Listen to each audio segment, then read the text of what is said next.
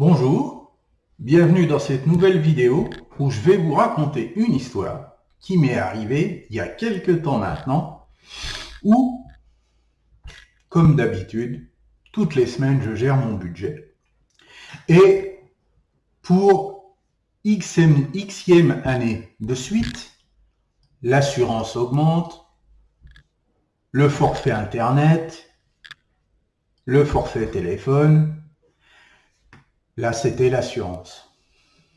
Ça fait des années qu'on est toujours au même assureur. Je pense qu'on est beaucoup être dans le cas-là. Et l'assurance, comme tous les ans, augmente. Et là, c'est la goutte d'eau qui fait déborder le vase. Qu'est-ce qui se passe? Il se passe que t'en as marre, j'en ai eu marre, et ben j'ai changé d'assurance. Sous le coup de la colère, qu'est-ce que je fais? On va sur Internet, on va regarder 2-3 comparateurs, et on regarde celle qui est un peu moins cher que d'habitude, et on se rue dessus, on fait tous les papiers, et généralement, tout se passe bien, l'assureur fait les démarches, vous résiliez l'ancien assureur, parce qu'il vous gonfle d'augmenter ses tarifs tous les ans, et là, ça y est, le travail est fait, je suis content, et je peux me reposer tranquillement. C'est un grand soulagement. Généralement, les papiers, on n'aime pas les faire. Et généralement, on agit dessus que quand ça nous gonfle. Je pense qu'on est beaucoup d'être dans ce cas-là. Le temps passe et qu'est-ce qui arrive? C'est que tranquillement, devant la télé, qu'est-ce que vous regardez? Une belle promotion sur une société d'assureurs qui vous fait une remise de, beaucoup le font maintenant, de 100 € par contrat que vous signez chez eux. Et vous pouvez cumuler ça sur X contrat qui peut vous faire rapporter 300 €. Et ça arrive 15 jours après avoir fait la démarche d'avoir changé d'assureur. Et là, c'est la catastrophe. Tu as envie de tout casser. Tu te dis pourquoi j'ai pas attendu 15 jours? Qu'est-ce qui se passe? Comment que ça se fait que ça arrive toujours à moi? Bon sang, il y en a marre. Et forcément, une fois la colère passée, qu'est-ce qui se passe? On va se mettre à réfléchir 2 minutes. Comment que ça se fait qu'on a des sociétés d'assurance qui font des publicités comme ça? Une récurrence? Est-ce qu'il y a une récurrence sur le fait qu'ils en font souvent? Généralement très peu. Est-ce qu'on peut pas piéger ça? Eh ben, j'ai fait les démarches pour voir s'il n'y avait pas un moyen de piéger ou savoir à l'avance si on pouvait déterminer les zones les plus opportunes pour pouvoir changer d'assurance. Eh ben, j'ai trouvé quelques petites astuces qui pourraient t'aider à éviter d'être dans la même démarche que moi. Alors, il y a déjà 2 dates qui ressortent le plus souvent et qui sont les plus logiques, et je pense que tu y as pensé aussi bien que moi, ça va être les soldes.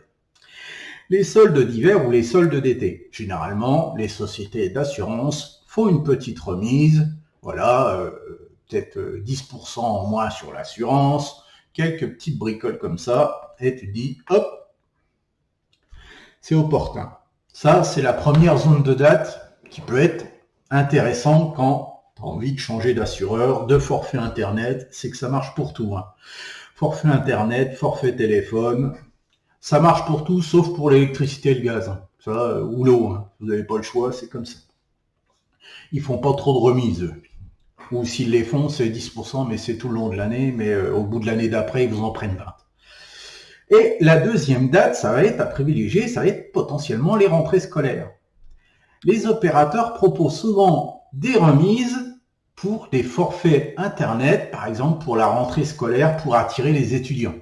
Ça va être des zones aussi où potentiellement on peut faire de bonnes affaires et pouvoir changer de forfait Internet, de forfait téléphone, peut-être un peu moins les assurances, mais généralement c'est encore une zone de date qui peut être intéressante si tu veux faire les démarches avant un temps de, par exemple, 3 ou 4 mois.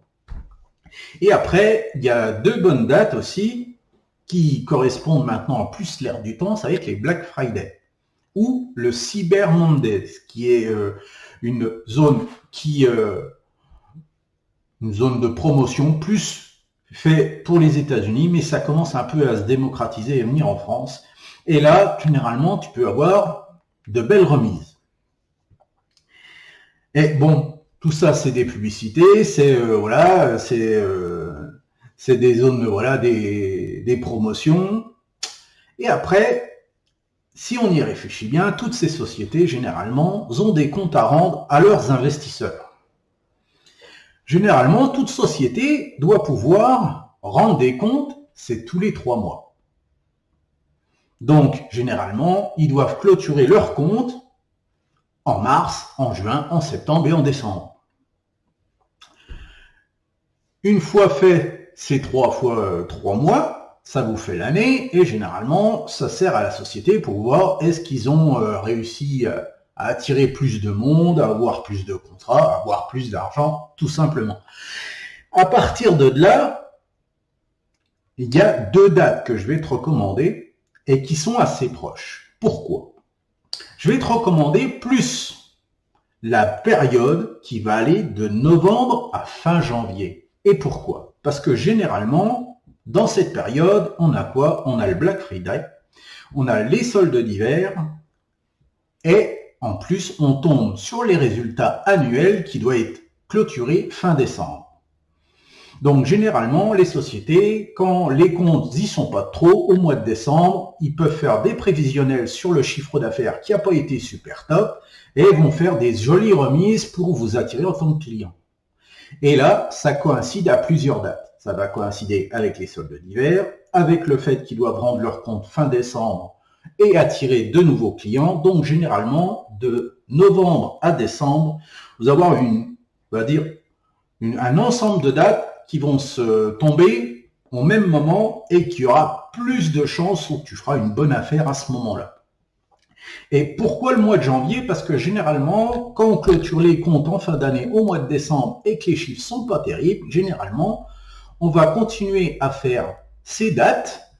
On va les prolonger jusque fin janvier, par exemple, chose qu'on a assez souvent vue pour des forfaits Canal+, où ils étendent leur forfait exceptionnellement jusque fin janvier. Mais oui, c'est exceptionnel, c'est pas parce qu'ils n'ont pas réussi à atteindre leurs objectifs financiers.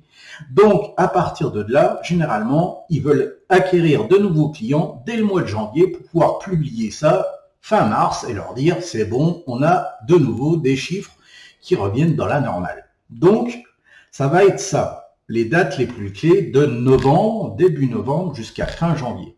Donc, si j'ai un conseil à te donner déjà, j'en ai plusieurs, ça va être déjà ne pas faire ça sur un coup de tête. Parce que généralement, on fait les démarches, on en a marre, on fait ça tout de suite pour être débarrassé parce que t'aimes pas faire ça et moi non plus. Et à partir de là, qu'est-ce qui se passe ? C'est que tu fais ça dans les 15 jours, hop, t'as changé de règle, tu t'es débarrassé, t'es content, t'as fait ton travail, ce qui est normal. Et généralement, comme je te dis, c'est là où il arrive la catastrophe. 15 jours plus tard, tu trouves un super forfait qui valait plus le coup que celui que t'as pris, et là, t'es un peu vert quand même. Il faut dire ce qui est. Donc, ça va être ça, déjà, prendre le temps, analyser tes contrats et privilégier les dates qui vont de novembre à fin janvier. Comme ça, tu auras plus de chances de pouvoir rassembler potentiellement plusieurs contrats dans la même société d'assurance qui vont te faire rapporter plus de primes et potentiellement avoir une meilleure remise. Voilà pour cette vidéo qui est plus courte que d'habitude. J'espère que tu en seras satisfait et j'espère que tu mettras un petit like sur la vidéo. Si tu n'es pas abonné, n'hésite pas à t'abonner, ça me fera plaisir.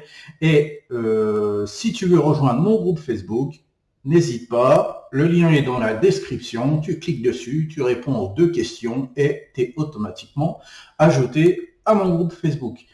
Alors, dorénavant, dans mon groupe Facebook, j'ai décidé de faire des webinaires entièrement privés pour pouvoir discuter de la gestion de budget, pour pouvoir optimiser tous ensemble notre budget et obtenir peut-être des trucs et des astuces que tout le monde a un peu de son côté, mais qu'on divulgue pas, où on a du mal à donner ces informations. Donc le groupe Facebook est là pour ça, pouvoir tout seul pouvoir poster voilà les petites astuces, la gestion au quotidien, comment tu optimises ton budget, afin que tout le monde puisse en profiter et optimiser son budget. Et des petits webinaires, logiquement je vais essayer de faire ça une fois par mois sur un thème que généralement la communauté aura choisi, et on pourra tout simplement voir ça sur des lives privés.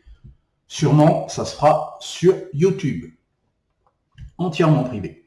Voilà, j'espère que tu as passé un bon moment avec moi. Moi, en tout cas, c'est le cas. Et je te souhaite à la prochaine dans une prochaine vidéo. Ciao!